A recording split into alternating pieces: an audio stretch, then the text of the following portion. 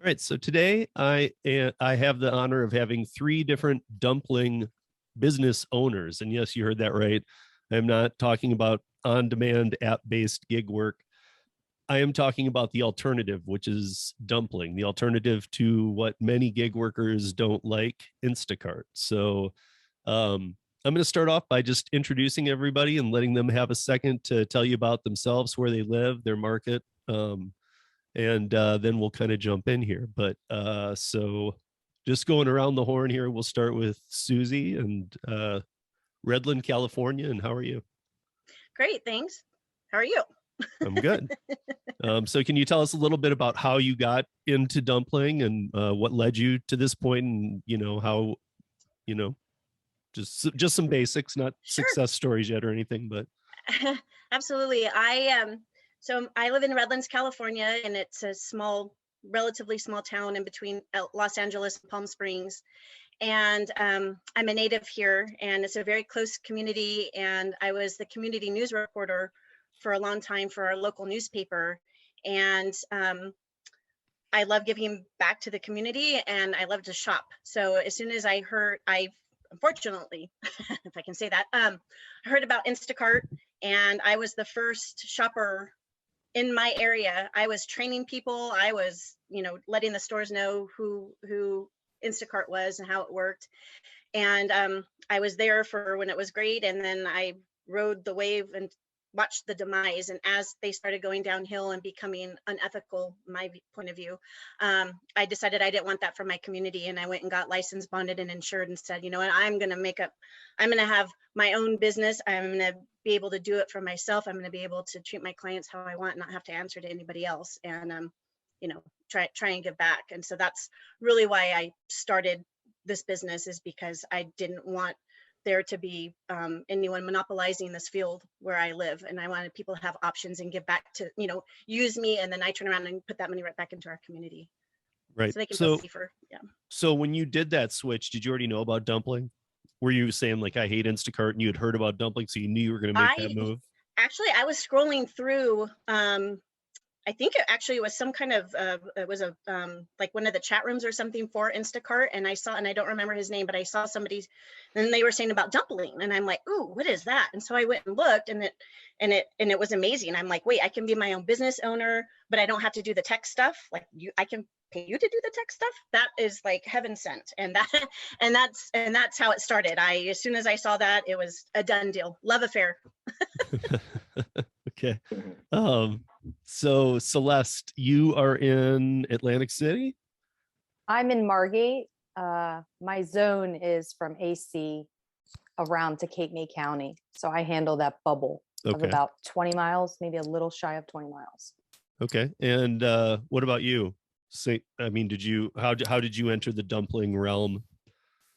Same thing. When Instacart came to this area, for my schedule at the time, it worked for me. So I had been one of the first 10 shoppers in our area. Back then, we were all very close, and it was a nice job to be in. And when they started to truly advertise to grow, we went from us 10 to, I think at the time, 300. And then that jumped to like 3,000. And then the pandemic hit, and you couldn't even tell anymore.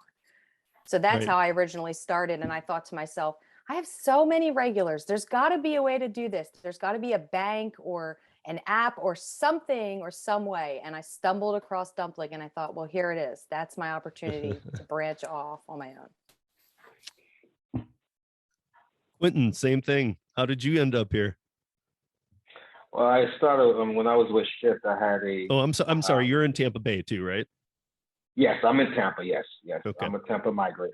Yes. So when I was with Shift, I had a regular customer when I was with Shift asking had I heard about dumpling, and I said no. What is dumpling? She kind of schooled me a little bit on dumpling. She said because she was looking to do Costco, and at the time Shift didn't do Costco, but she found someone through dumpling that was able to do Costco. So she asked me had I heard about it, and I said no, I really hadn't heard about it. So I did the research on dumpling. And prior to that, I was looking at a way, like Celeste and Suze to, start their own business. And that's how I did the research, and I was able to find dumpling that way. And that's how I started back in June. Nice. I mean, it's kind of interesting because I I know that Quentin, you didn't do Instacart, but you two did. And I find that a lot of people I've talked with who are on the Dumpling platform, every one of them did Instacart almost. I mean, except Quentin. No, but literally like 95% of the people I talked to did Instacart before. And however that led to Dumpling, because the Dumpling's been, I love the company. I know that they've really got something a little different here, because you are business owners. With the other app-based gigs, you're kind of convinced that you're a business partner with these companies, but you're not. You're being handed, and it's not just Instacart. It's around the board, and they all need help right now. And that's what we talk about here a lot on the podcast. So doing one like this is a lot of fun, because I like how Joel and the company here at Dumpling steps outside of we're going to throw you just $2 orders to go down the street and do a bunch of work that should be paid a lot more, and you just better take it kind of model. It's ridiculous. And this is not for the faint of heart, though. I tell people a lot of times that gig work itself, like, don't quit your job because somebody told you can make X amount in gig work, because you might not like it. You might not be the type of person. I mean, I was a bartender for 20 years, so I'm a people person. I've worked in the service industry. I grew up working in kitchens. I understand hard work. But this one, Dumpling, you really got to build your own business. They're not going to throw you, here's some customers. You got to build a profile. You put it up there and people can search. Yes, but I would imagine probably, and I'm just going to guess here, probably 9 out of 10 at least of every customer you have regular was landed by you, not by them finding you on Dumpling. And I might be wrong, but I'm just guessing. Go ahead. I think you're absolutely correct in saying that, Steve. So I had a lot of regular customers with Ship, who only wanted me to shop for them. Right. So in that aspect, when I started my own small business with going through Dumpling, and I told them that I was getting ready to start this own business, they all wanted to come with me. So outside of that, it then became word of mouth. Right. I mean, and you personally, have you ever had somebody just find you on Dumpling? I've seen where I had maybe one or two that found me through the Dumpling, through Dumpling. Uh-huh. And actually I asked one of my family members, what you referred to me by another, another family member. She said, no, it's, that she found me through a Dumpling search. So that was one out of like 60 repeat client, families that told me she found me through search. Right. I mean, I know if you go to the site and you search, like I know if I do it right now and I'm not even in the app, if I just go to dumpling.us and I'm in Denver and I put in, or if I say I'm looking for a shopper, it's going to provide me with the closest one to me. But however, this is where I think your profiles become very important, because like when I had Joel on the podcast a year ago, we were talking about things like, he had brought up, like, if you're a paleo eater, you might not want to grab that first shopper. Like, look a little deeper. You might find somebody who's a paleo person themselves. That's going to be the person you want shopping for you, because they understand the way you eat. So, I mean, this is really where, what a huge difference between the Instacart model, even if it did work and made people money, and Dumpling itself, because you're building your clientele. You're going to get to know these guys. I had Matthew Tells. I don't know if you guys know Matt or whatever, up in Chicago. I had him on the podcast way back when, and he was doing things like he got so in with some of his customers that they were like saying, hey, can you let my dog out? Hey, can you come in and put the groceries away from me? I don't need you just leaving them out anymore. And all these things that Instacart won't do and can't do. And like all these people had just developed a lot of trust, because I mean, like, he had people that were going out of town. He was watching their dogs. So it wasn't even just groceries. I have for customers of mine, I have keys, key codes, same thing. Like, so Celeste, what's a percentage, or like how many, like just some kind of number that we can like know, like, because I'm trying to like learn, because I'm guessing I would do the same thing. Like if any of you were my shoppers and after 2, 3, 4 times, like, it's just like, this is going great. I hate that they leave it outside though. And I was like, hey, if I give you $10 more, would you just put it in the fridge? Do you mind? Like, you know, and if you're like, no, I would totally give you a key. I don't care. Like, whatever, like here, you Yeah, know. most of them I always ask because with COVID, like some people are more home and their schedules are different. So every single shop, I know what they're going to say, but I always ask and they're like, yeah, you can just put it in. Go ahead, right away. And they might even be even in the house or not home. They're just like, it's fine, you know. You Oh, develop such a you've trust. even asked them. Yeah, I ask them like what they prefer. Even if I have a key and their key code, I still ask them each week because I don't want to walk in just in case they're like home and weren't Sure. expecting me. So when I'm on my way, I say, do you want me to put it in or leave it outside? And they always, whatever it Okay. is that day. But I do, I have several keys and codes for. I do too. I get them mixed up. I have to label make them, you know, put a so I know whose is whose. Yeah. Yeah, so how, I mean, just percentage wise, I mean, like maybe how the three of you, like how many percentage wise do you leave outside as opposed to putting inside or stocking or whatever it might be? Even just putting it in the laundry room would be considered putting it away to me, like because it's entrance to the Yeah. house. I'm at like a 60-40, maybe even a 70-30, just because I don't have that much COVID clients. I have one left. Most of mine are just busy or they like delivery, but it's not because of COVID reasons. So before, it used to be a lot more leaving it because of Yeah. COVID. But now that I've progressed to, you know, just weekly regulars, it's for me, it's like a 70-30 probably. Okay. And what I about think I'm at like a 80-20. You know, I still have some that want, you know, leave outside, but so you mass guys majority. you guys are talking about the bigger numbers being the people who want you bringing it in. Oh, Correct. I'm opposite. For me. Okay, that's wild. That's great. Yeah, I'm opposite. My community is still very very afraid of COVID, and a lot of we have a lot of seniors here, a lot of veterans, and so people are home and they don't, you know, pre-COVID, you know, I come in, play with the kids, play with the dogs, and but now I it's about 80% that I still leave at the door, or I bring it to their work, you know, if they aren't home, you know, I'll take it to wherever they are, and because some people live further away, but they still want to use me, so they'll, you know, just put it in their car. I never even But thought it's, about that. You guys have people that call you and tell you to load it yep. into their trunk. Oh yeah, I'll take it to their business. They might live in Palm Okay. Springs, which is like, you know, 35 minutes away from me, but you know, they might not have a business owner out there, so they would Right. rather just get it from me. But yeah, and then they, you know, when people go on vacation, you know, I'll say, hey, you know, I'm already watching your dog. Let me fill your, let me stock your kitchen for you. And they like that too. So here's a question that I have for all of you is that how many clients do you carry right now and how heavy are your shops? Approximate if you can't be exact. I'm just looking for like what and are you working Monday through Friday or do you pull some weekend shifts for some people or what's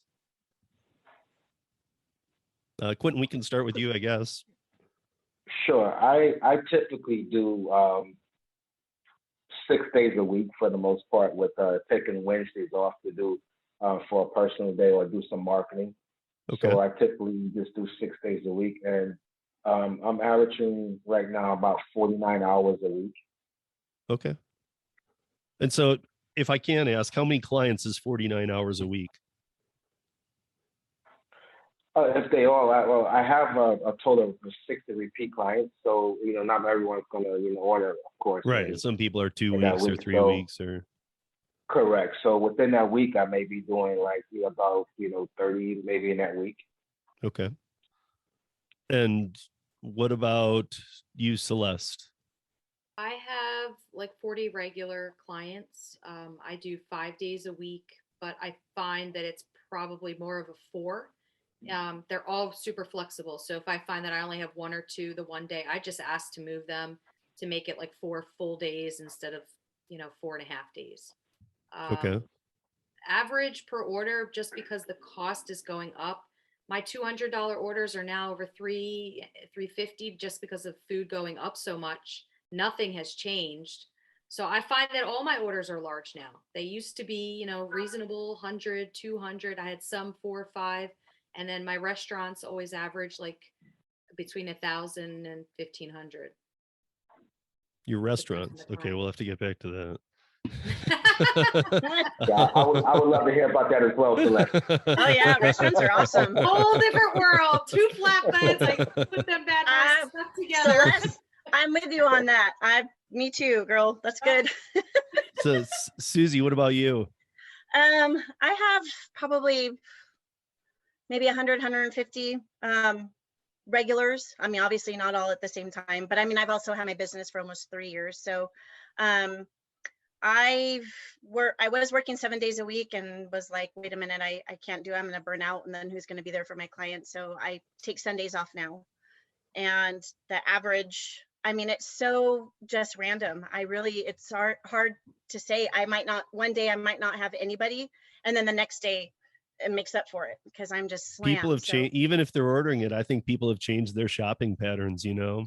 I mean, they're going with the money. They're like, gosh, if I have to spend this much, I got to make it last longer. So they're eating less or not as healthy or whatever. Well, and I've noticed too with my clients, their orders, not only because of inflation, but because of my clients are getting scared that food is going to fly off the shelves and continue. So some of my clients are starting to hoard, and I'm like, come on, you guys, don't, you know what I mean? But I can't, I'm not, that's not for me to tell them, no, you can't get this. They're scared. I mean, you know, we ran out of toilet paper. We had all of our seniors who couldn't get anything. It was very sad. So I've noticed it's going up in price, larger orders, because they're trying to, you know, store everything that they need for winter, I guess. Right. So working that amount of hours minus Celeste's restaurants, because I've owned a bar in a restaurant for years too, so I know how much work goes into this.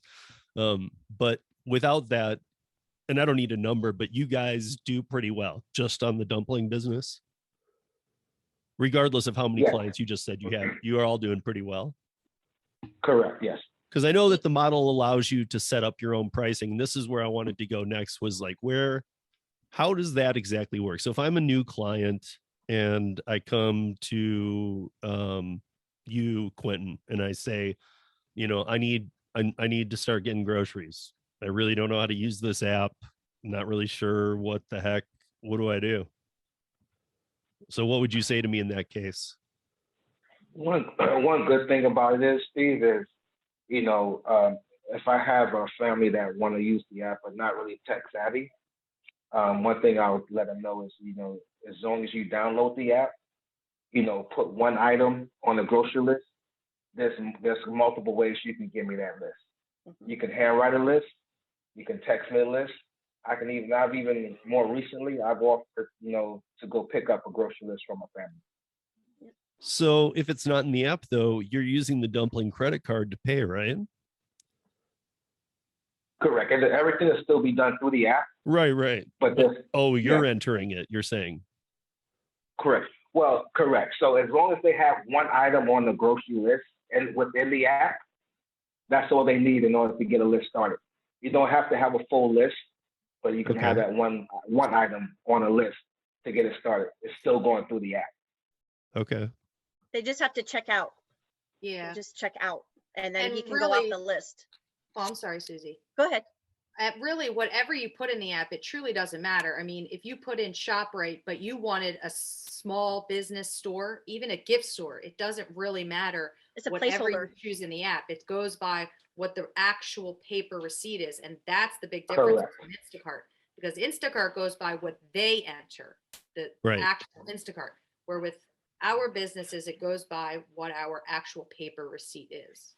Correct. Because it's not like a grocery resale. It's you know, it's whatever, you know, store pricing is, whatever that full, you know, hard copy receipt is, like Celeste, you know, and Susie said, that's what they're being charged. So do you guys find that, like, right now, especially with what's going on with food prices, that you're like literally not just going, hey, they're out of this one item, or this item went up in price, but literally 90% of what you're shopping for is changing in price, or they're out of it? For outages, for us, I haven't actually been affected by that, because I find that I am in the stores enough that I know, like, if they're out of Uncrustables or Lunchables, I just know what day, whether that be, you know, having alliances with a lot of businesses and restaurants and places. I personally haven't been affected by the outages. I just think we're in and out of those stores so often that we're going to find something at some point. And Susie, what about you? Yeah, it's the same. You make those connections with the stores, but unfortunately, sometimes they'll be like, we're getting this in tonight. We're going to be stocking it, and I come back in the morning because, my friends that are the managers are saying, and they're like, oh my God, I'm so sorry. The truck didn't make it, and then you're like, and it's, like Celeste said, I mean, we know we have these alliances with all of these stores, and they appreciate us because we're spending so much money on their stores, and not charging them. and they're not getting charged anything, absolutely. And so but sometimes it's just a crapshoot because even as much as I know these stores inside and out, they might be out of something, and I talk to the manager and it just doesn't come in that night, and I show up the next day and I'm like, oh my God, I'm so sorry. So you just don't know. Yeah. And one good thing as well, Steve, is, to piggyback on what Celeste and Susie said, if a store is out of something on that day, I tell my families I'll keep an eye out for it, and if I see it coming the following day, I'll give my family a call and I'll tell them, look, the item you were looking for on this day, well, they have it in stock today. So I can, you can place an order for that, for those items. And what I typically do is I tend to give them a break, for my shopping delivery fees, because they just placed an order that, the previous day. So they're not hit with the full, shopping delivery fee. And then we also have the flexibility of going, from one store to the next within the same day to try to find those items that one store was out of. But what about the pricing changes alone? I mean, I would think you guys, or do you just not talk about it until it's done and then get to them and say, hey, look, it's the world. Sorry. I mean, I think everybody knows that the prices have gone up, and I personally advertise that on my site just because I'm big on loading their digitals for them. I have all their logins. So I try to pinpoint on what we've actually saved, because right now, but there's nothing we can do about the prices going up. That's not just us. That's everywhere. So they could go themselves and the prices are still going to be high. I just try to educate where the sales are. This might be the time to buy 5 cans instead of 2, and just base off that to save them money. So even like sales, maybe if like they would like stuff and that, and they all, get it all the time, then you see something's like buy 3, get a 4th. You might contact them and say, hey, this is going on. Do you want it? Always, always. Yeah. Okay. See, because I know these are all things that not only do the Instacart shoppers not do, no, they don't even have the ability to do. No. Right. I mean, because what would they do? Contact the client through the app and say, hey, add more to your order. Or this is the client would be so freaked out, they'd tell that person they don't want them to deliver it. Right. And that's like a big thing that I tell my clients too, especially new clients, and especially if they're coming from Instacart. One of the main things that, I always wanted to do when I was with Instacart, I hated not seeing a sale and not being able to give that to my client. It wasn't okay with me. And so I always let them know, hey, I'm always going to let you know if something is on sale, if it's buy one, get one free. And believe it or not, some people are like, well, I don't want it. I don't want it. I always ask. They don't have room. They don't have room in their fridge, but that's a communication, that was lacking with Instacart. You just can't, because they're not invested. I mean, the other thing about Instacart is like, it's like, at least now it is, I know that it's like a lot of those delivery apps where if I accept it, I might 15 minutes in say, I don't want it, drop it. Like I have 30,000 Uber Lyft rides under my belt, and I haven't done one since the pandemic. But I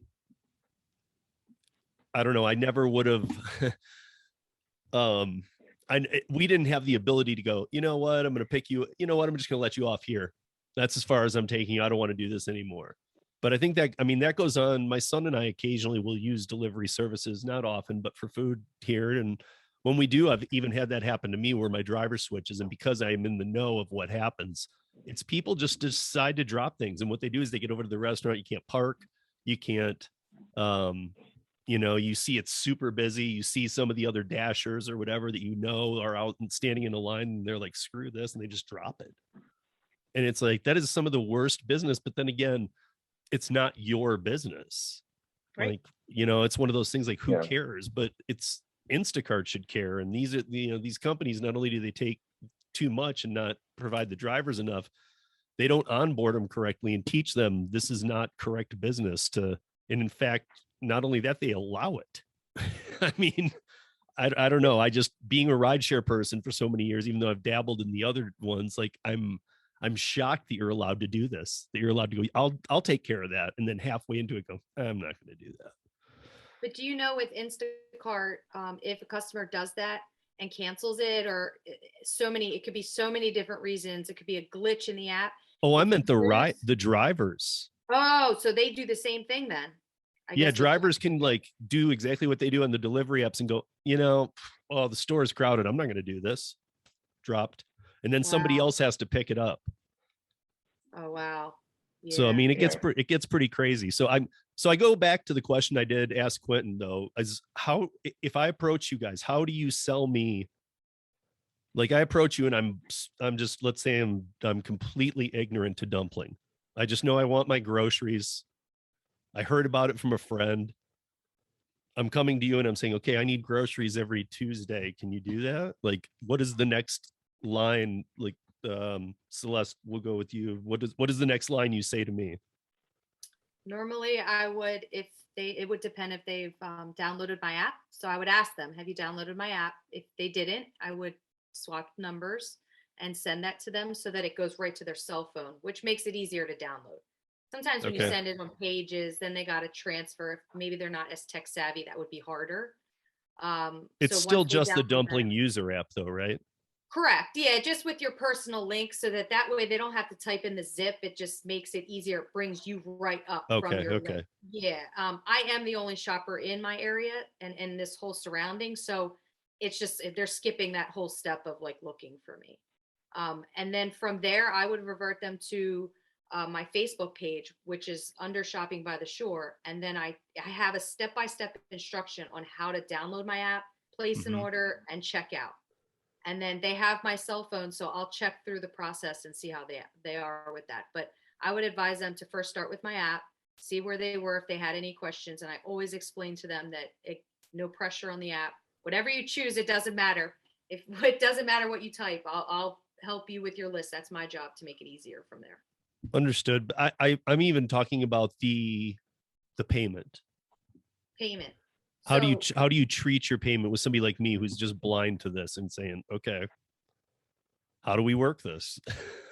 I would take them to the step-by-step instruction because I have all of that listed on the top of my Facebook page. I mean, if it's somebody that doesn't have Facebook, I'll just take an entire screenshot of those step-by-step instructions and take them directly into the payment. And then with those step-by-step instructions, I might even send them a screenshot and circle it and say, click this to enter their credit card information. Because some are nervous with tech and apps and placing their credit card. I just ensure them that that's so that we can check for fraud and make sure everybody Sure. is safe, from Yeah, I there. was even as a step farther, like how I know that it might be on the Facebook page, but just to the people out there who get a little anxious by stuff like this, how do you do your pricing? Because I As know the far dumpling platform allows you to do your pricing, right? You set Correct. it all. You get to. Correct.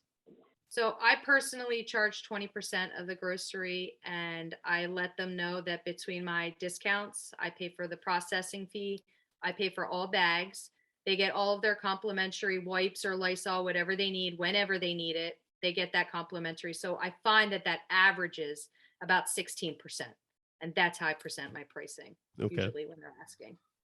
And so I know that there was, and Suze, I'm going to ask you this one because you've been the longest on the platform, I think. But I know there was a change, and I actually brought this up to Joel, and I told him I wanted to address it tonight because there were some people that I think that came on right at the end of the old tipping system, and then it changed to something different. And those people got very upset. They weren't shoppers that long prior to. Right. And it really freaked them out. Can you were there for that? Yeah. Can you explain how that happened and what difference that was? Well, I think a part of it was that there wasn't an option to not leave a tip. I mean, this is a service, our business is a service industry. Gratuity should be present, but that gratuity, there was no way to not have a gratuity. And so there was a fight, not a fight, but discussion amongst people that were new people that were coming in. Well, wait a minute, that we need to always have that.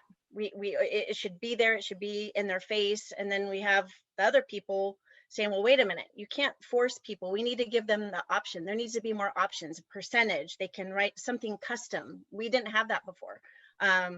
Dumpling is really good at listening to our feedback, and we wanted the option because a lot of these families, they don't know what they want to leave until after they get their totals, because they're on a budget.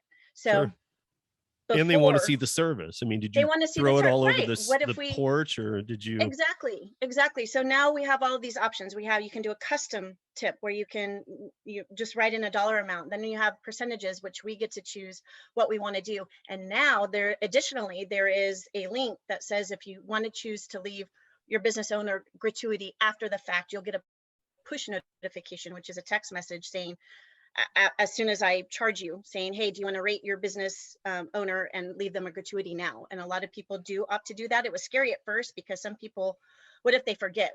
And now we send them a text message saying, please don't forget. So everything that they've implemented, I think, has been golden, because it gives everybody a little bit options across the board, and it's not in your face. If you use us, you have to tip, and you have to do it before.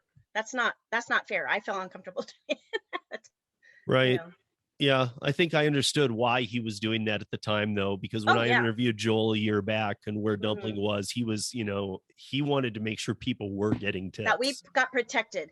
Absolutely. Yeah. Because you have, Dumpling, it was founded by, Instacart shoppers, and that left, and so they understood, and that was the basis. And I loved it. I respected that. But the feedback I got from my clients was like, well, wait a minute. What if half my order is wrong? What if because they had such bad, experiences with other platforms. And so finally, the team was like, oh, wait a minute, we can do it this way. So it just made it better. I mean, they always were looking out for our best interest, but now they just made it so that it's us and the clients. And I think more people are happy this way. So Quentin, are you seeing about the same thing? People just kind of defaulting with one of those 20% type things, and or are you seeing tips on top, these extra tips, or what do you see in the field when you're working?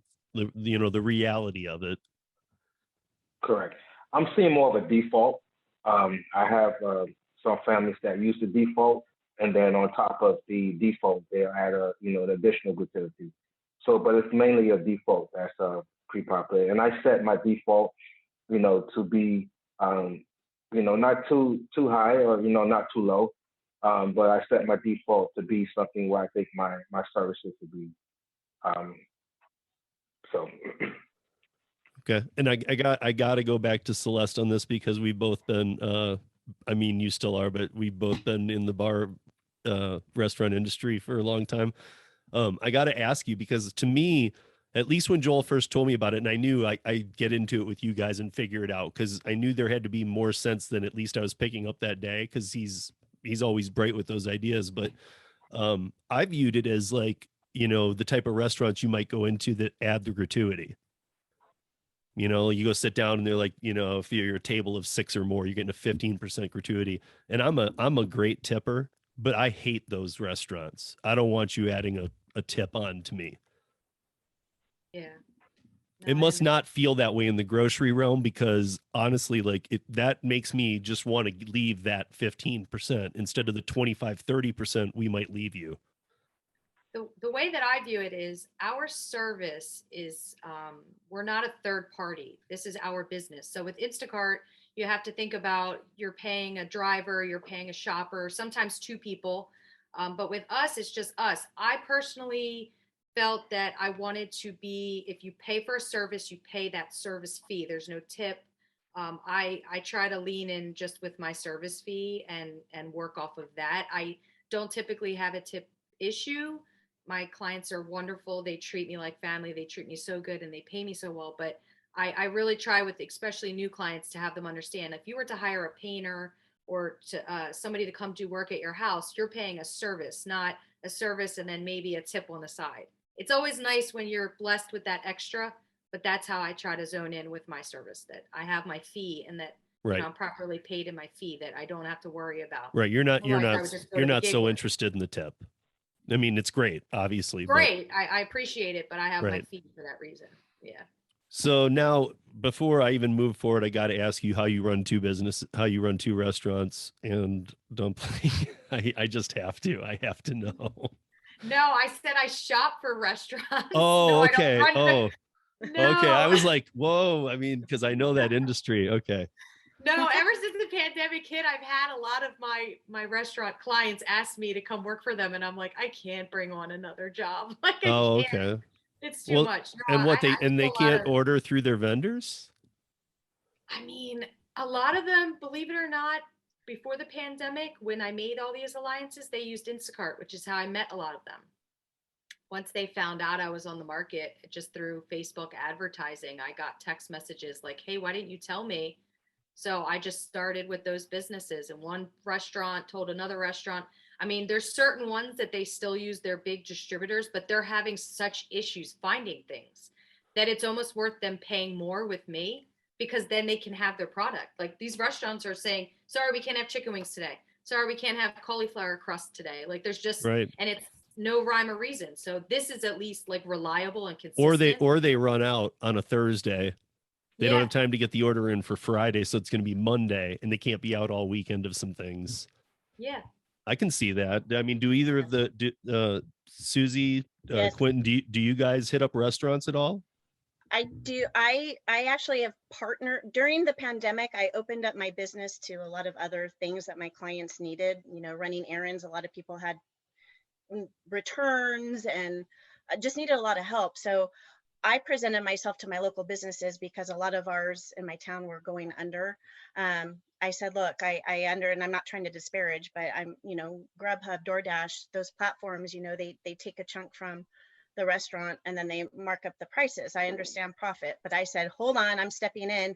I'm not going to charge the restaurant. I'm not marking anything up. I'm going to do a flat fee. And then I'm going to pick up and deliver your food within a, 15-mile area.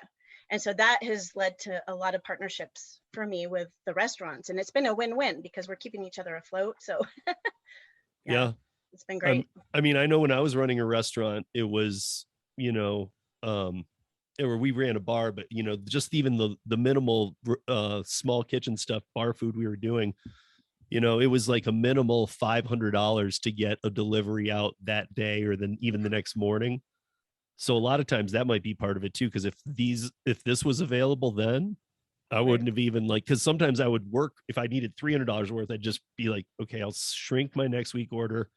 I'll find $200 extra of stuff that we can just put in the freezer or whatever we have room for, buy it from next week, the 300 I need. And it was a lot of juggling, but if I knew I had this option, I would just consider one of you another vendor, and you'd kind of be like my hot shot last mile run of like things I needed, right. Well, and mine are a lot of the deliveries too, not just shopping for them. So I'll help out with the catering too, because they're losing so much money by using third parties. So, I think it's a win-win. Quentin, when you say you market on Wednesdays or at least take a day to yourself or whatever, do you hit up restaurants or businesses like this? I don't currently do any restaurants, but the person that does a lot of my marketing for me, she wants to tap into that market, and I can do a lot of small businesses, restaurants in the area, like your mom and pop, coffee shops or mom and pop restaurants, who needs these items when they can't get it from a larger distributors. A lot of these small mom and pop restaurants, a lot of these businesses, bigger distributors have capped or minimum orders. So with the person that does my marketing, she was saying, let's go into these small restaurants and see if we can see if they can get partner with these little restaurants.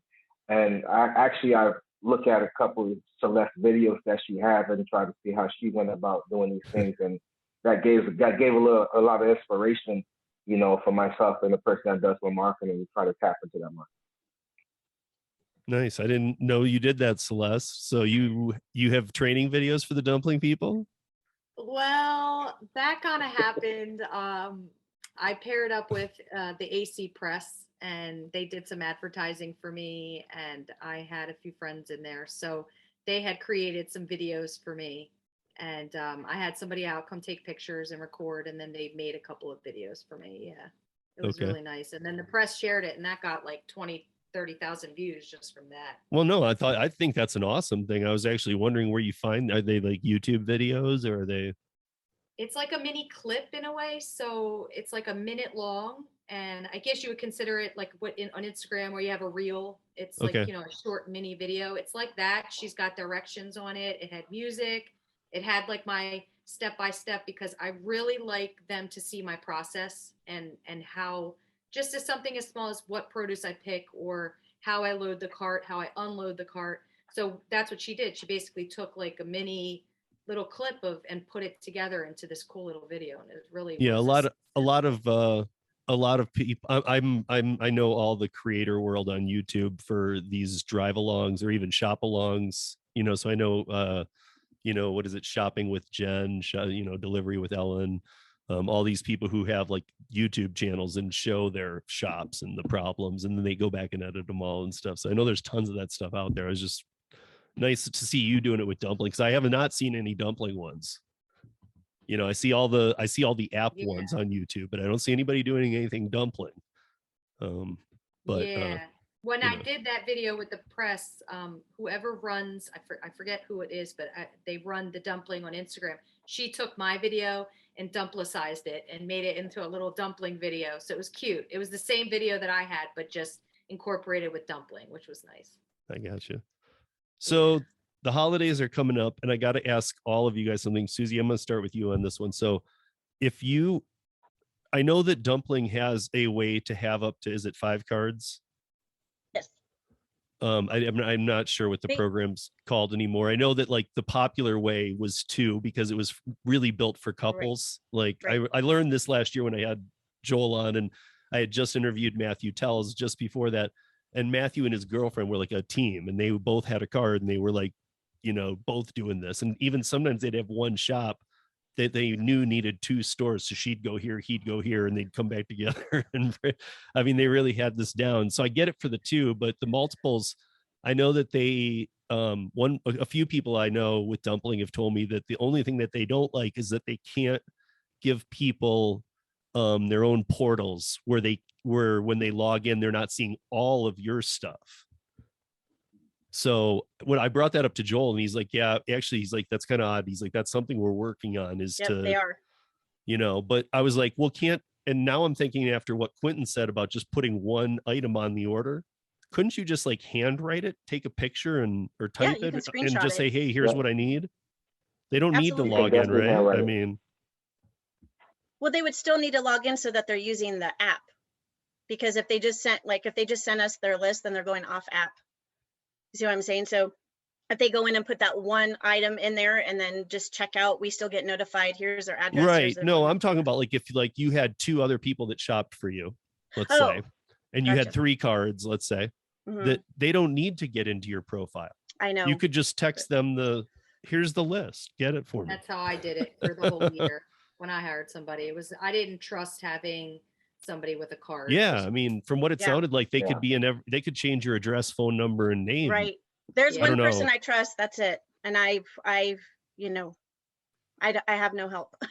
I think I'm going to start hiring like runners. Nobody else to shop at this point. I just don't trust any. Well, that's what I was going to ask you next. Is like with the holidays around the corner. Are you guys going to do you get help on normally? Are you going to this year? I mean. I probably will. I probably will let my guard down and finally do it. I'm so protective of this business and my clients, and I can't expect somebody else to come in and love them like I. You know what I mean? They're not invested. So I was thinking of hiring runners where I would still do all of the shopping, and then I would pay people to come and meet me at the store. They would load the car, and that would keep me from having to drive, 20 miles or 20-mile radius, and let me be able to go to each store. Oh, you would. And that's something I would do. I'm sorry, Steve. That's something I would do as well. because we have these families that trust you to shop for their groceries. They know the way you pick out produce. They know, if something is out of stock. They know, what to substitute. So like Susie said, I would do the same thing. I would only, I would stay in store, shop their orders, and have runners. You can't trust anyone to pick, your produce or your groceries the way you would do it, and the way your families know you do it. So I agree with Susie. Celeste, you've actually done it where you've had other people have the card, right? I hired somebody last year. It worked out really good. I mean, she was wonderful. Because I can have more availability, I don't need it to use her as much. But at the time, I was on a small schedule. She was wonderful. I think if you find the right fit, it worked. I don't know. It would take a lot for me to give them my card and my profile. I would love to get to that point. But like Susie said, I mean, this is our business. This is our name. For me, that's my biggest thing, is like my character and my name. That is all I have. And that is what helps your business. People to know you're trustworthy, you're honest, and you're reliable and consistent. So I don't know. I mean, she was great. I wouldn't hire anybody with a card right now. I don't have any. Well, if they have the card, I mean, if you know them, I mean, they're not going to run off. They can only get the order, right? I mean, the card has a limit too, or else you got to call Dumpling to get it extended. They could get up to it. Well, my profile, I don't know what anybody else, it depends on how far you've been shopping. I have a higher threshold just because of having restaurants. So they could get off with a lot of money, and it would be on me.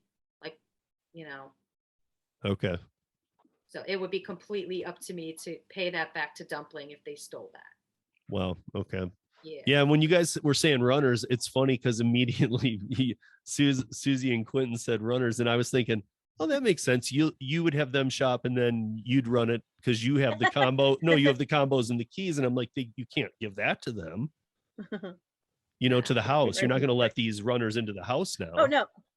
I mean, now you're going to have to. Time in store with me. In my eyes, I could see everything, and I checked every step of the way. After it got to the point where she knew my process, that I didn't have to do that, but in the beginning, I checked every little thing. Right. And I take COVID serious, so I told her, if you're not going to show up with your mask and gloves, don't come. Right. Because that's my name, and that's what my clients expect. So I wasn't gonna. I think if you find the right person, it could work really well for you. But it's hard in this day and age to find people who want to work, that are honest. It's even worse now. Well, I think that you'd have to. It would. I mean, for me, it would have to be somebody I know well, and then even then, I've got different groups of friends. There's the friends I would give a credit card to, and there's the friends I would say, Well, I've gone on. I've allowed myself to go on vacation, and there was one person I trusted, and she was in the supermarket.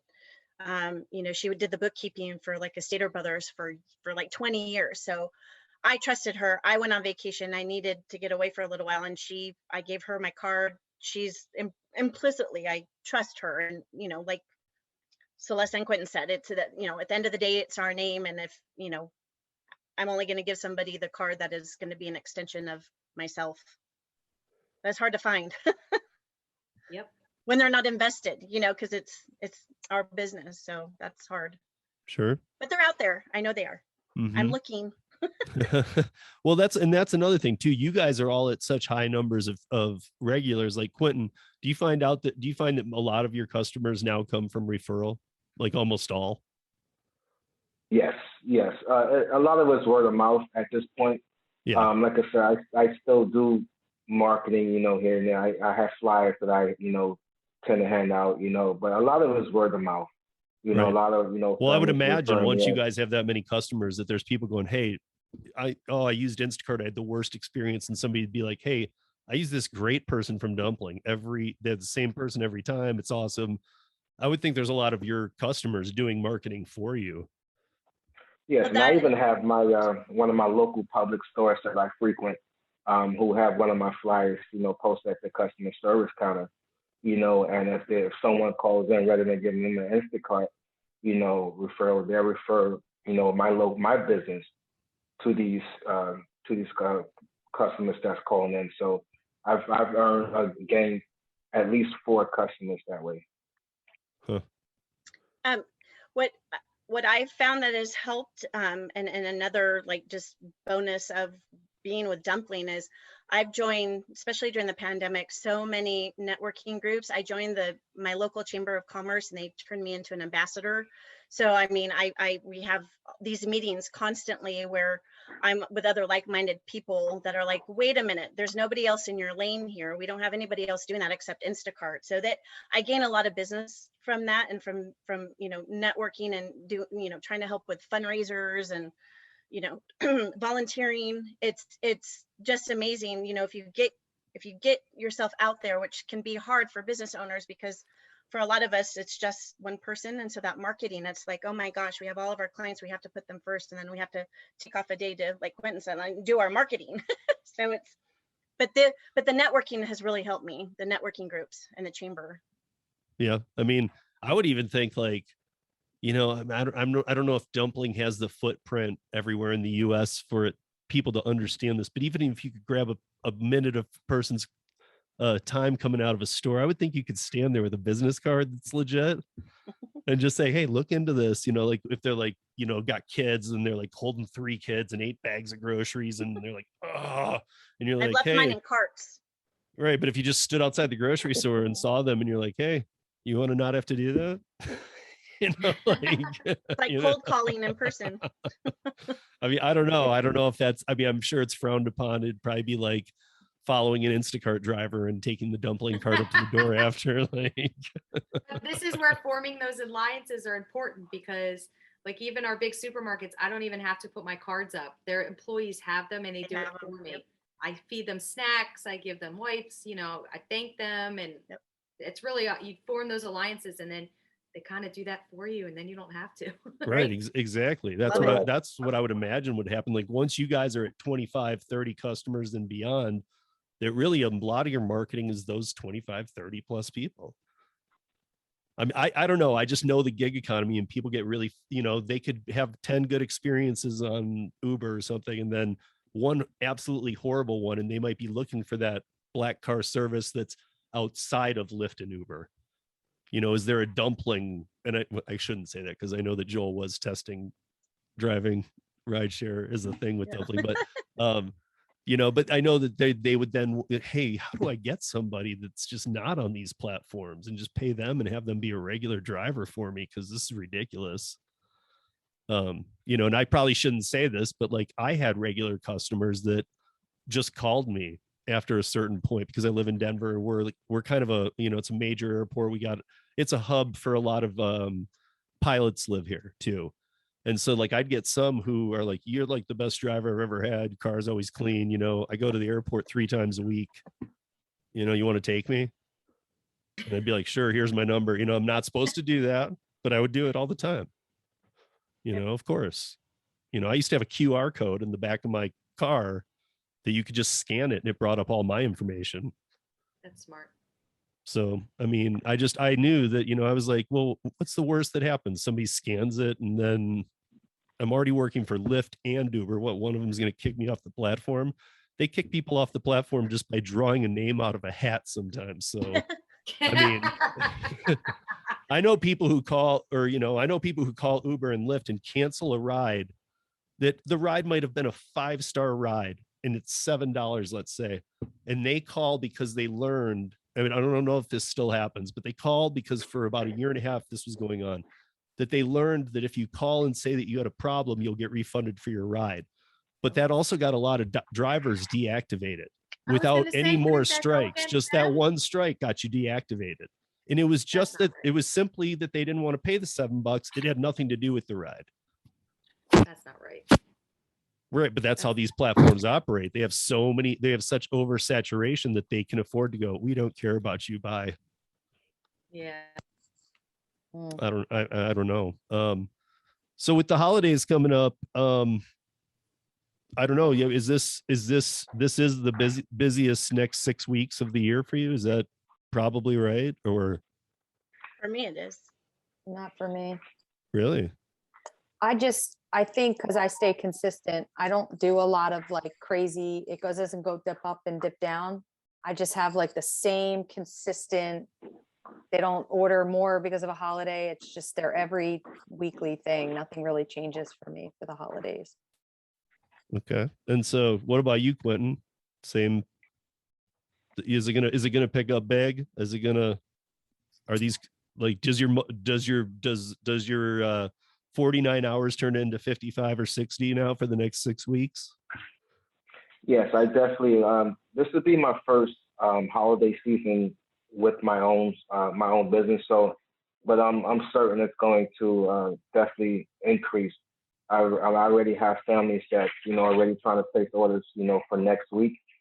And they coming to me and they want to know what's the best days, and I'm going to change some things around for the holiday season just so I make sure I give them that special attention that they need. So yeah, it would definitely pick up.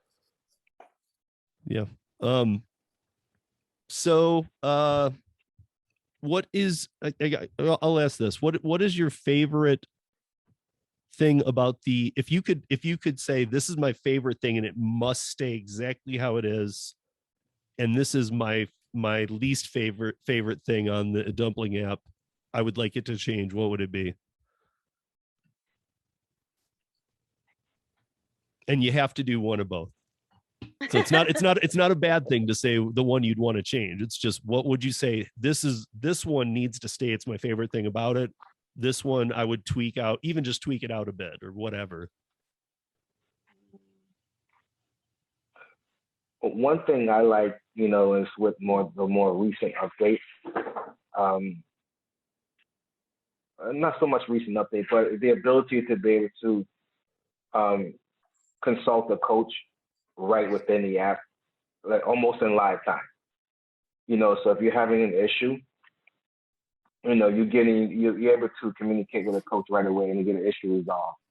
I absolutely love that, rather than having to, wait for a response or, get on the phone line and, have to wait for someone to answer.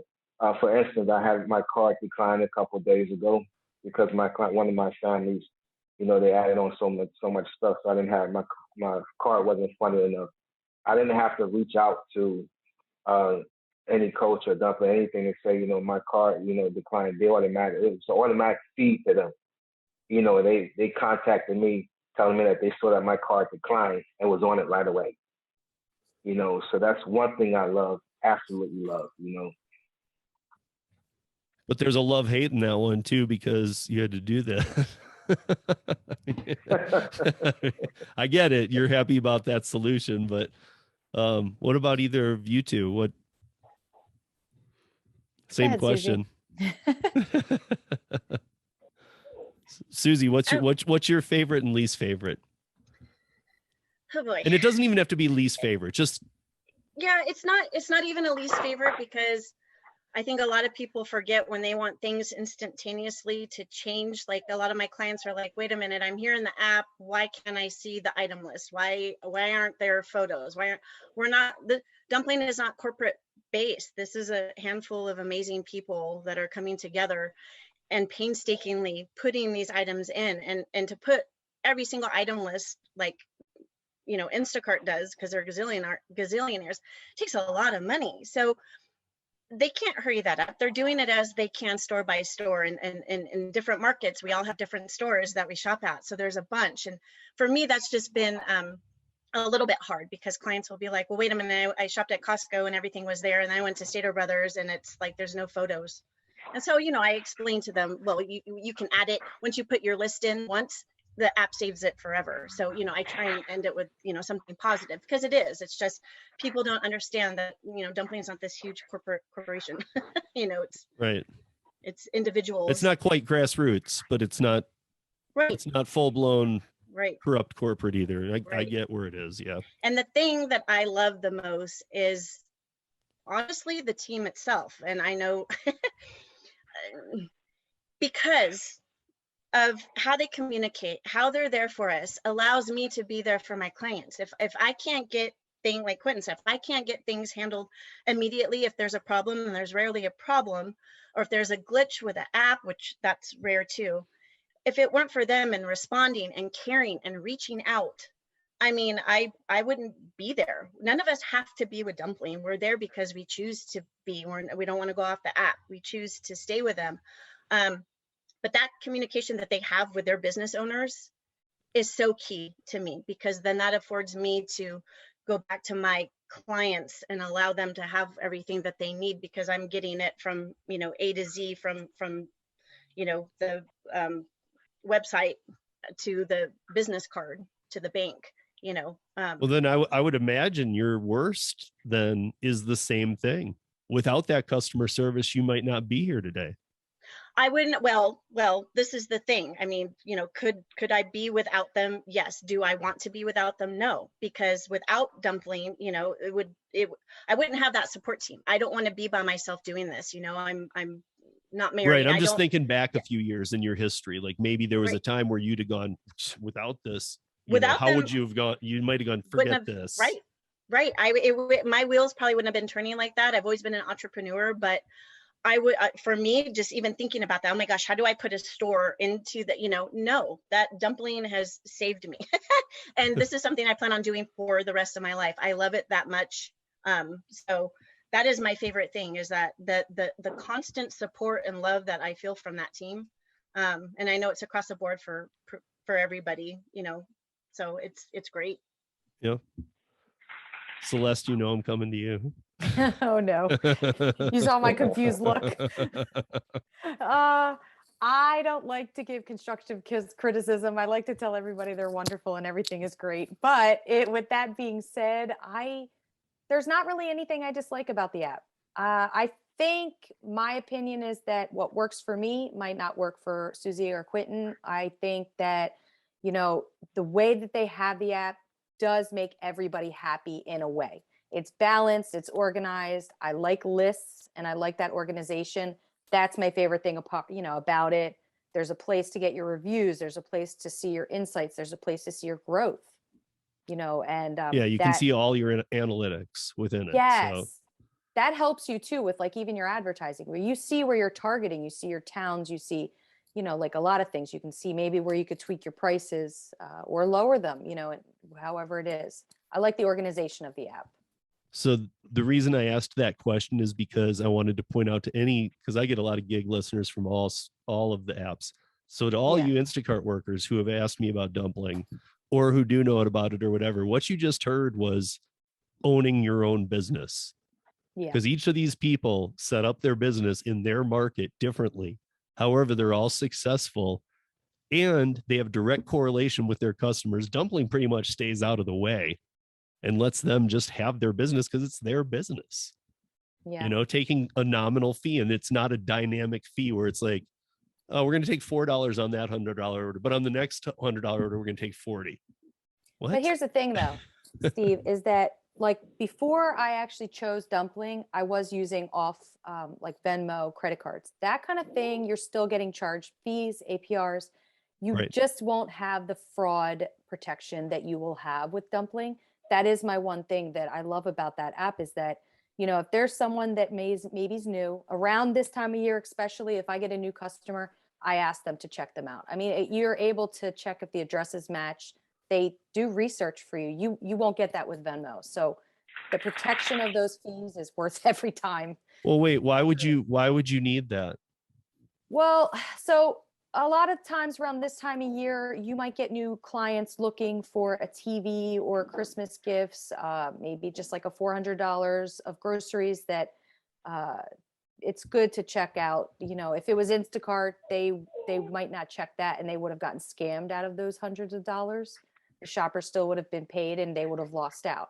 However, being a business owner, that's your money that you would have to pay back. So when I get a new customer, maybe I'm not familiar with them on Facebook, a lot of the people, we all know each other. I'll have Dumpling check just to make sure that addresses match. It's not a husband's card or a wife's card or an ex-husband's card, or they check all of that for me. And then they say, everything looks okay. And I'll be like, okay, fine. And then I use discretion on that order. But I've canceled orders before. So I just have to ask though, have you ever had a run-in that was bad then?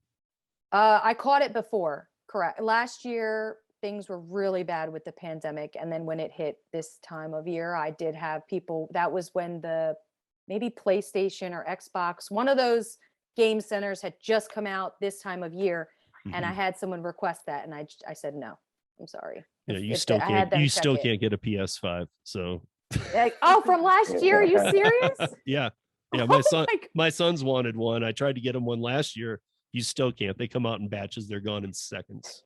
You're right. My youngest want one this year again, and I tried to find it last year. You just cannot find it. I think I'm just gonna paint PS4 white. There you go. Hey, that's it, man. That's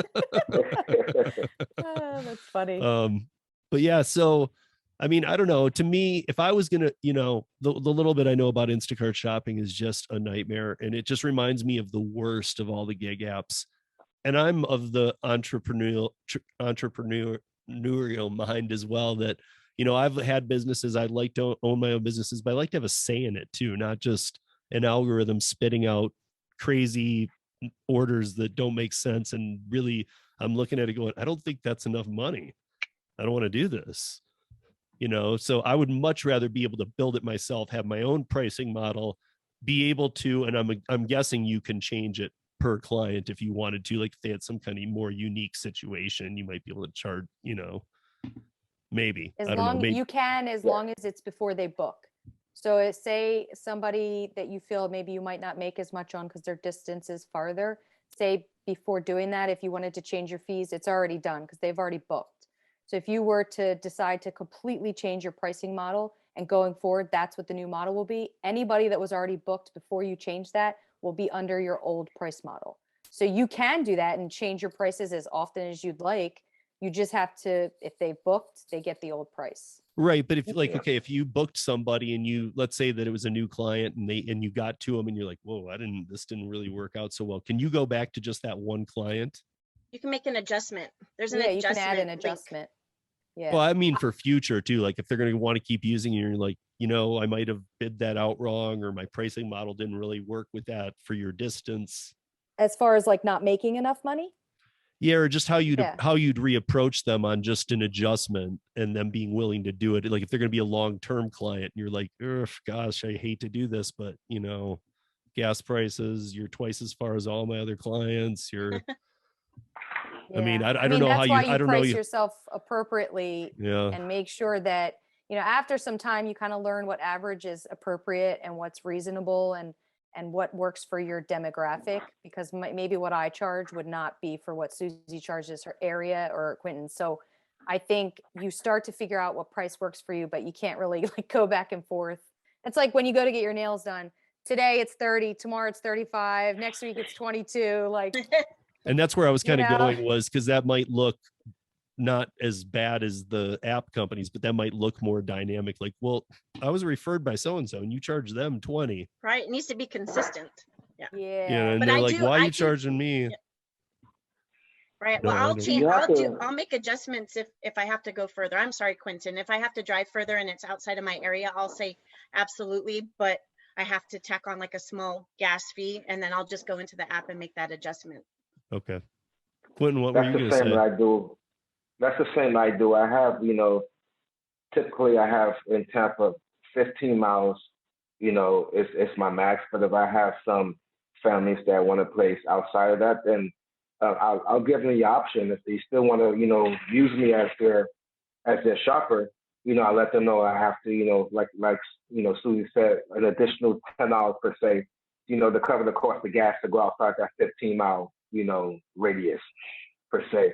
And then I've also had, a repeat family member that, just didn't have the funds that week, but wanted to place the order with me. So I did some, I changed my pricing model for that 1 week, just to help that family out because they were struggling that 1 week. So we have that flexibility, and with that flexibility, that could potentially keep that family coming back to you.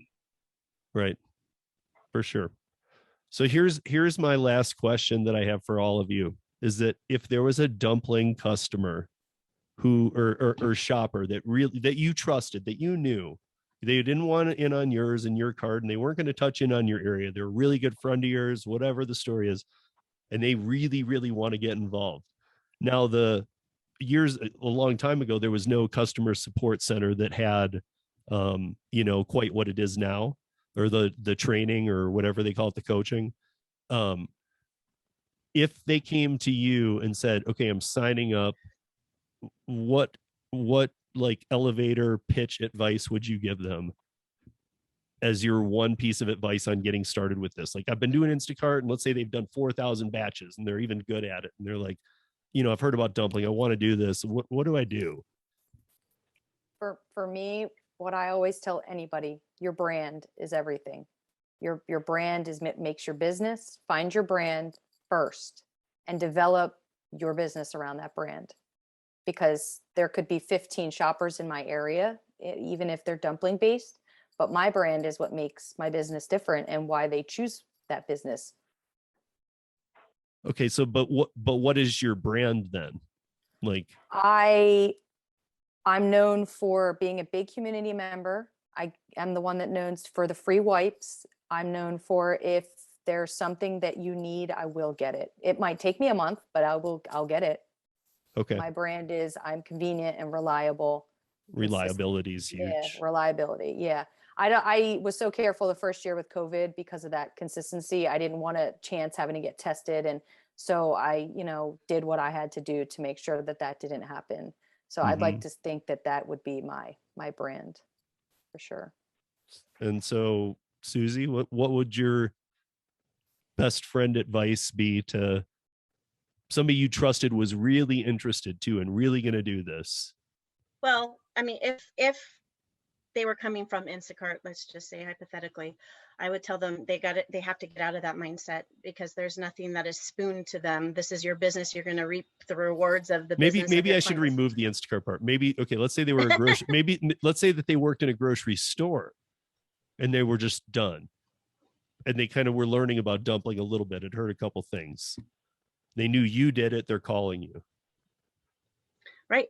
I would tell them to make sure that this is going to be a priority, because it is not as wonderful as it is. It takes time. When I first started, and I would tell them this, when I first started, even though I am well known in my community before this, I mean, I didn't have very many shops, and I'm like, wait a minute, am I doing this right? You have to go into that mindset that you have to put in the work. You can't, nothing is just going to appear. If you're going to sit at home and not do anything, you're not going to have anything. You have to go out there and you have to find your clients, your demographics. Like Celeste said, you have to find out what works for you, and I will tell them, don't choose every single demographic. You don't have to choose every single, person, because then it starts getting crazy. If you have a university in the area, guess what? Go let the parents know that are out of state, because they do that with me. Can you shop for my kid? It's their birthday. Can you, find that demographic? But make sure that you're going to put forth the work, because it's not like if they were coming from a grocery store. Not that that's not a difficult job, but if you sit on it, nothing is going to happen. You have to keep at it. But it's worth it. So worth it. So Quentin, I'll ask you the same thing, but then if it's kind of the same answer as theirs, I'll try and have a good follow up here. Yeah, it's kind of on the same lines, Steve. I mean, you got to have that commitment going in. It's not going to just come in and fall in your lap. You got to, like they say, you got to put forth the work and the effort into it. So it's my answer will be kind of on the same lines. You can't sit on your couch and Instacart it and just wait for them to throw you bones. Yeah. You cannot, definitely. So what, maybe to any of you too, as a final follow-up, what would you tell the dumpling shopper who's been doing this for a while and they have been putting in the effort and only have a couple people as clients, and they're like, I'm just not doing this? And even, let's say that they're really putting in the effort. What do you tell them? You got to stay at it. You got to stay at it and be persistent. I just want to say, I've only been doing, my own business since, the middle of June. Mm-hmm. And right now, I have over 100 clients and over 60 repeat clients, but I just didn't go and sit down and just, wait for that to come to me. With the help of the person that does a lot of my marketing, you got to go out there, you got to be a go-getter. You got to want this. You got to be hungry for it. You can't just, you got to go get it. Mm-hmm. What about you two? What about to the dumpling person that and you do know, let's just not say it's just somebody that signed up and said, I have 0 clients. They've been putting in the effort. You can tell. What would you say to them if they're like, I have 3 clients? Go out there, talk to everybody, wear your shirts, brand yourself, and talk to every single person you can get your hand on. Starting with friends, family. Yeah, just. I mean, I would think that's where you'd start, is the people you do know, get them to trust you, and then let their word of mouth go out. But I don't. But I mean, actually, like getting in the community, I do a lot with the rescues for lost pets in my area. So, it's not uncommon for people to see me in my work gear, completely running down a main highway, chasing a dog. Yeah. Right. Yeah. Like hit up all those people and say, hey, by the way, I've been doing this. And yeah. Just people will start to talk to you. They have to know that you're reliable and trustworthy. With Dumpling, they don't know the app yet. With Instacart, of course, they know the bad things about it, but because it's a reliable something, they know they're going to get what they need. They're not going to get scammed. Dumpling's so new, in my area at least, that people don't know that there's alternatives. So just by getting out and talking to people knowing you, they're like, oh, that's Celeste shopping by the shore. She's good. You're fine. Like, you can trust. And from that, just build on people knowing you. That's at least for me what I would tell them. Okay. And Susie? Kind of like Celeste, I have a dog sitting business too. I've done it forever. And, I start with the people that already trust me, because I don't want to go to them and say, you have to trust me. You know what I mean? Like you have to look, I'm a business owner and I have a license, but I want to, so I really start with the people who already know me, trust me, like with their animals, and and I do a lot of rescue. But I would tell those people that have been really going at it, go down to the main street in your city, go walk into those businesses. That's what I did. And I partner with some stores. I said, look, this is why you need me. Here I am. Let's do this. And I did not expect for them to be like, well, wait a minute. It was the right place, the right time. Be confident, but you have to walk into these stores. Don't, I've learned not to call people, because they're thinking, okay, well, you're going to charge me for this. You're going to, you're trying to sell me something. I'm not trying to sell you something. I'm trying for us to band together for the good of the community. So I would tell those people, really go join the networking groups. If you haven't done that yet, join your local chamber of commerce, find groups that already exist and implement yourself into them. And then use the resources that you already have. If you dog sit, if you babysit, if you, people that already trust you.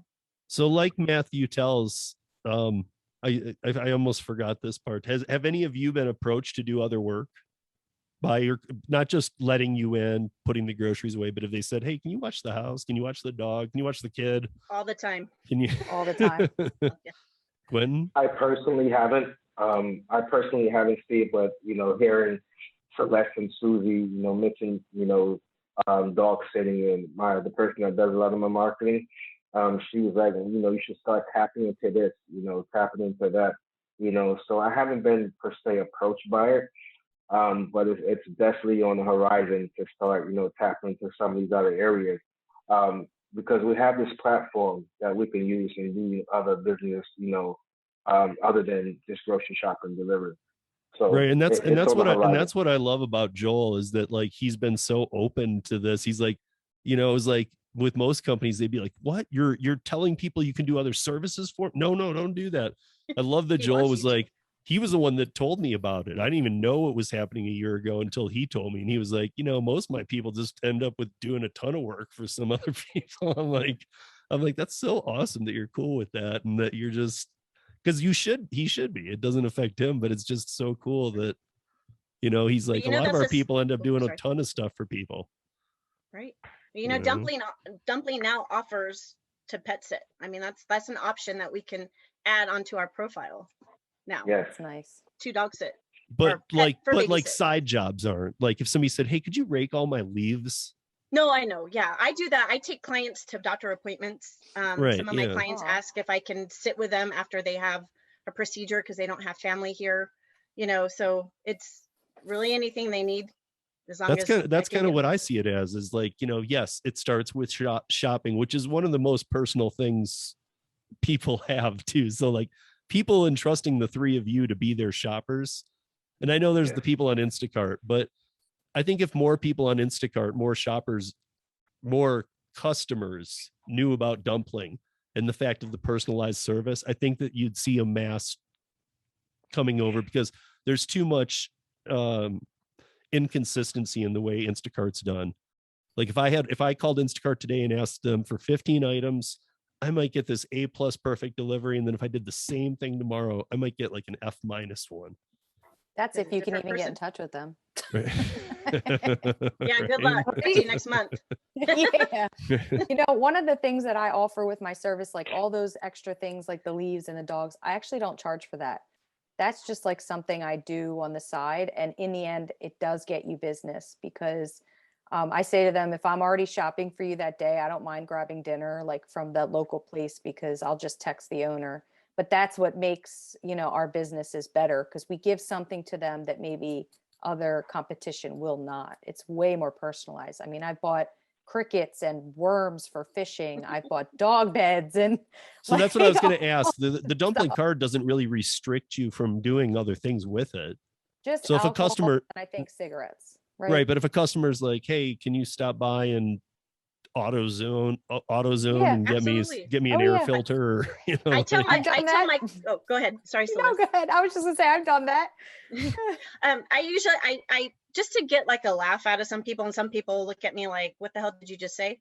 But I tell my clients, really, I'll say, I can shop anywhere for you and get anything for you as long as it's legal. I mean, honestly, it's just, you know, as long as it is, you know, within the confines of it's okay to get, you know, food, you know, return, whatever they need. So I just try and make it funny. Most people laugh. None of you laughed, but that's okay. well, I'm still, No, you know why? Because we've done it. That's why. For us, it's normal. to be honest, I'm Right. still a little in shock that you can't. And I mean, I'm not a smoker, and you know, cigarettes, and I'm just surprised you can't buy cigarettes for somebody. I think it's it's a bank. It's a bank. I don't think it's done. I think just it's the bank. You it's can the do bank. it. You can still get it if you want. You just use your card and then add an Off app. adjustment. Yeah, Oh, off okay, app. Just okay. do an Yeah, adjustment. and then you're but- liable for it. Yeah.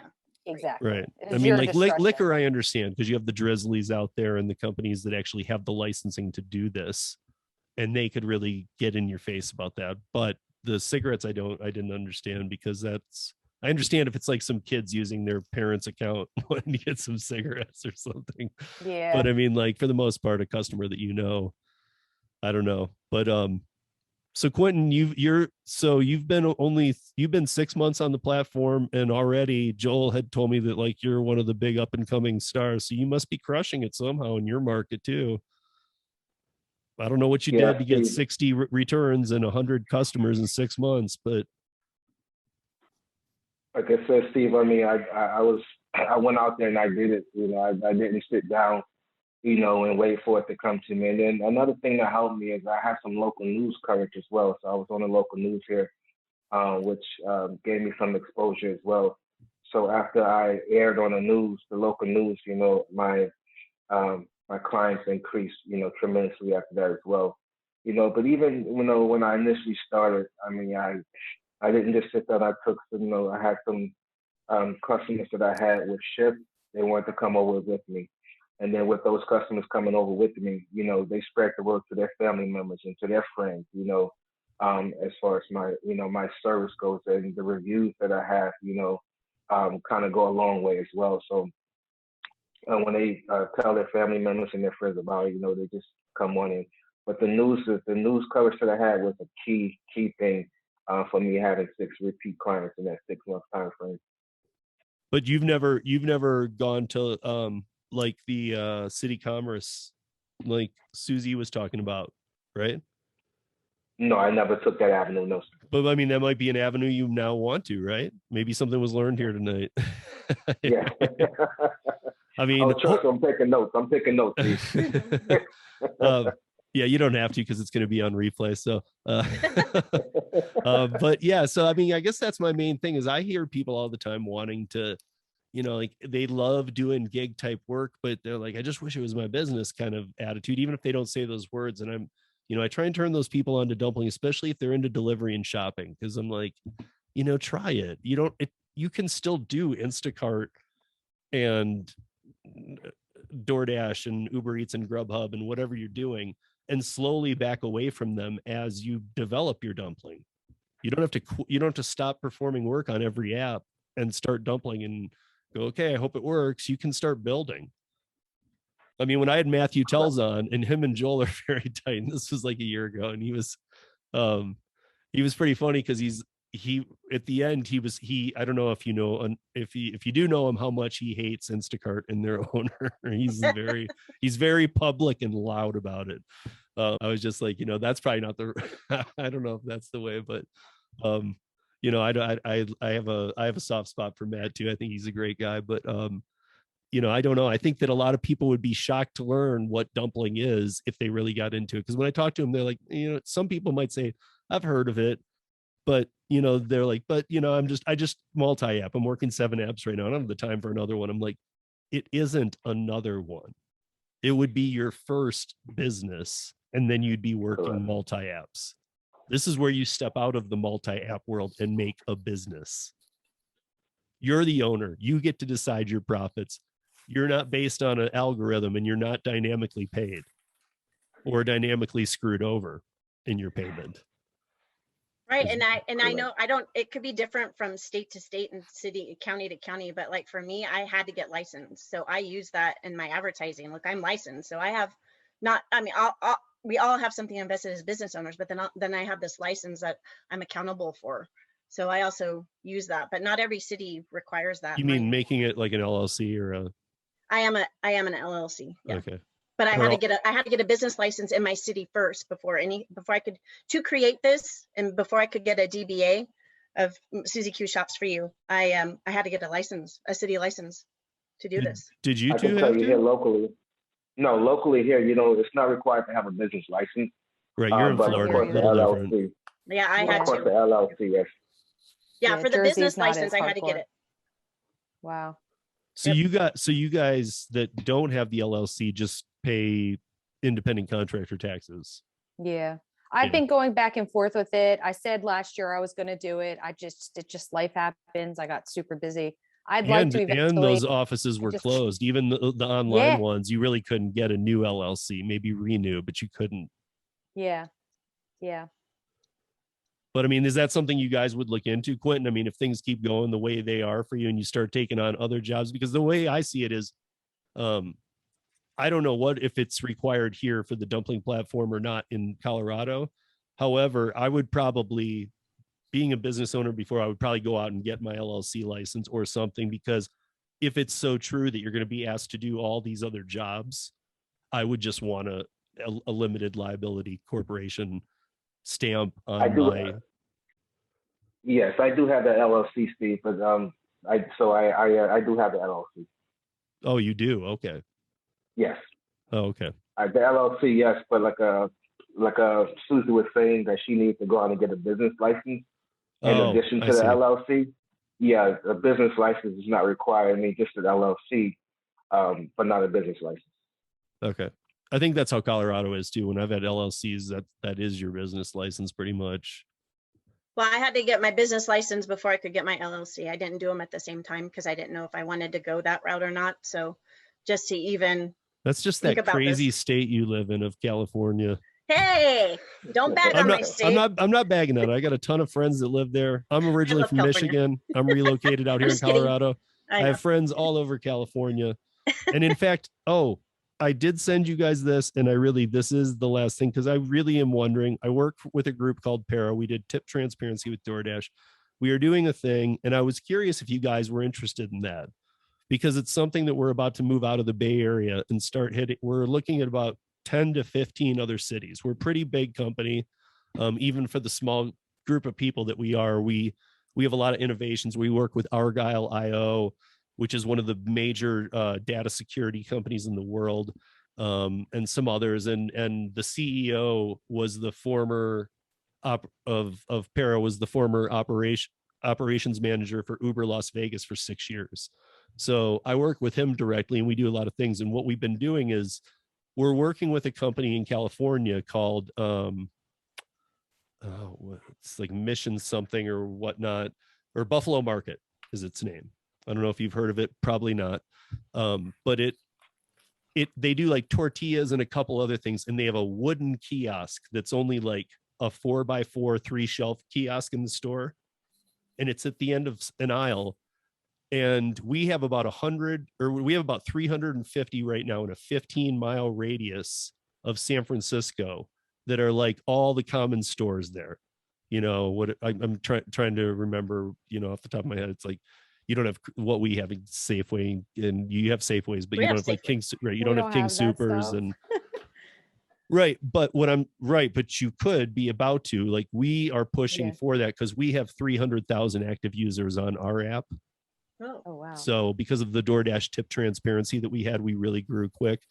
But so now our new thing is this, and we've originally developed it we were hoping for Instacart drivers to supplement some income. What it is we call it para-merchandising. What you do is you go over to the 3 shelves. And again, it's only 4x4. It's not much. And they have like 10 items. You open up the Para app and you take a count of how many tortillas, how many this, how many that are on the shelf. And then you just kind of reorganize them. If they're all shoved back, you just kind of make it look clean again. It takes about 5 minutes. When you're done, you take a picture, you get paid $10 to $12 per store. So we were trying to supplement some Instacart money. Hey, if you're at this store, all you need to do is say you want to pick this up and just do it. And you get $10 to $12. I mean, sometimes that's all they make on the whole shop. And this takes 5 minutes while you're already in the store. So we've had a ton of success. We started off with like 15 stores. We now have 350 current openings right now today that you could go pick up within 20 miles. I think it might even be a little more because we go out to Walnut Creek now, but pretty much the Bay Area, 15-mile radius. We have 350 Safeways in there. I mean, tons of Safeways. If Buffalo Market has a stand in their store, and so that's why I said we might not be there yet. The thing is, it's not Buffalo Market that we're going to be following around. We're now looking at this model to do with other small companies. The reason this happened with Buffalo Market is they don't want to pay a rep to go into all these stores and do a count and clean up one 4x4 shelf. So they're trying to virtually make a rep.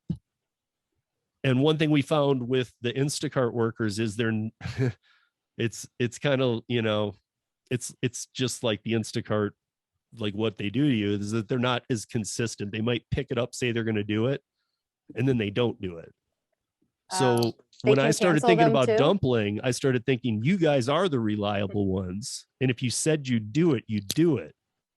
So like if you're going to go to store X and do a shop for somebody, would you take 5 extra minutes to make $12? If I was already in that store, I would. Absolutely. Right. You're not going to drive to the store. I'm not I saying wouldn't that. drive to the store, but if it was Right. a store and there was a list given and it said Acme, ShopRite, Castle, like if it literally listed it and gave me all day to do it and I was already going to be there, yes, absolutely. And that's the thing. You can pick them up on the fly. So like right now in the Bay Area, you put it in, you put your mile radius and it'll bring up all the stores. So if you're in, if you're in Novato, up in, what is it? Right over the bridge, like Novato or San Rafael or one of those areas, and you put in San Rafael and you say 5 miles, you'll see all the Safeways, let's say, and then other stores too that are offering it right now. And if you're like, oh, I'm going to that one for a shop, you can pick it up. I mean, it's a cool idea. Well, I mean, I think it's a great idea. Yeah, it was just the reliability. We were getting people who were claiming them, and then they were ditching the shops from Instacart and going, well, I'm not going to drive out there just to do that. I'm not even doing the shop anymore. And I was like, well, this isn't, you guys are kind of breaking the reason we're doing this. We're trying to help you supplement some income because we know you're being paid badly. You know, it's like, so we need more reliable people. And I'm thinking, and that's another thing I was talking to Joel about, was like, we need the dumpling shoppers because they're the ones who have regular customers, and you probably go to the same stores, which would mean eventually we wouldn't even list that store anymore. We would just give you an extra $10 a week whenever you're there. Because it's never like, do it this day before 2. They're just offers that stand until somebody claims them. But eventually we could have the stores you go to, you know, if they have 1 or 2 of these racks or some of the stores or whatever, it's just extra money. And to me, it's, it's do a count. And it's, again, it's not doing like whole aisles. It's that the stores won't do these single end aisle carts. They want a rep to come in and take care of their stuff and check dates and do that. And That makes sense. So it's a smaller company rep. oh, at it's this store. it's the smallest of companies, but they exist all over the country, and we're starting to get in with other ones too. Okay. That's where I was wondering what you meant by that. Okay, I understand. Right. So, I mean, what they don't want to do is pay somebody 60 grand a year to go in and shake the guy's hand who's the manager of the store, take some pictures and an inventory, then have to hire other people and assistants. And we saw it as, let's take the gig economy people and let them earn a little more while they're out doing this anyway. The only problem we ran into was the unreliability, but I would think the dumpling people would be very reliable. And if it's an extra 10, 12 bucks for 5 minutes of your time while you're in that store, why wouldn't you do it? Yeah, I have to Good. agree.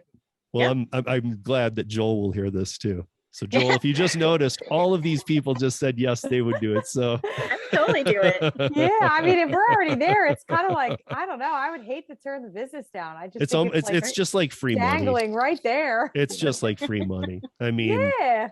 I mean, it really is. It's a quick count. You put it in, you take a picture that you've done it, and it's just, clean it up a little bit like they would, like put, if people have made a mess of it, just make it look nice. I already do that in the stores. I'm kind of OCD. Something's not right. I got to put the cans back together. Put the tortillas Right. back. I just think it's a great supplemental income, but if the Instacart people don't want to take it, like, that's why I was telling Joel, this should be something that we push to your people, because I mean, why not? Why not give it to the people who are really working hard to do this stuff and building businesses? So anyway, I want to thank all of you for being here. Quentin, Susie, Celeste, this was fun. And hopefully people will start to understand the difference between Instacart and Dumpling. And, check these guys out. I'll put all of their links into the show notes, and you can see all their stores and how it kind of works, and, look at their pricing and all that. And just know it really doesn't take much to get one of these up and running. I mean, it really doesn't. It's not that much longer than, signing up for an app. I mean, you can build, because you get a single page profile page, you build it out, you put your details in there and your pricing, and then that's it. And then then you have to go out and earn your customers. So there you go. But this is a lot more money. It's a lot more predictable. It's a lot more stable. And I don't know, to me, it's not even a question. I would much rather have a dumpling shopper than an Instacart shopper, because I would get to know them. I would say, hey, if you ever see this instead of this one, could you get that? Like, it would just be nice. I do my own shopping, so it's hard for me to relate fully, but I already know in my head I would prefer a dumpling type platform. But anyway, thank you all for being here. And Thank you. And great success to all of you. And I'll put all your links in the show, and hopefully it'll get you some more customers too, because we get a lot of listens a week. So we've got 3 representatives here again from Redwood, California, right? From Redlands. There you go. I knew Redwood was wrong. From Atlantic City area, I'll say, and Tampa area. So the show notes will be up there. So if you need a shopper or you use Instacart in those cities, I would expect you to stop using Instacart this week and switch over to these shoppers. Okay. Right away. Thank you, Steve. Okay. Thank you. Have a great night, you guys. Bye, guys. Bye, guys.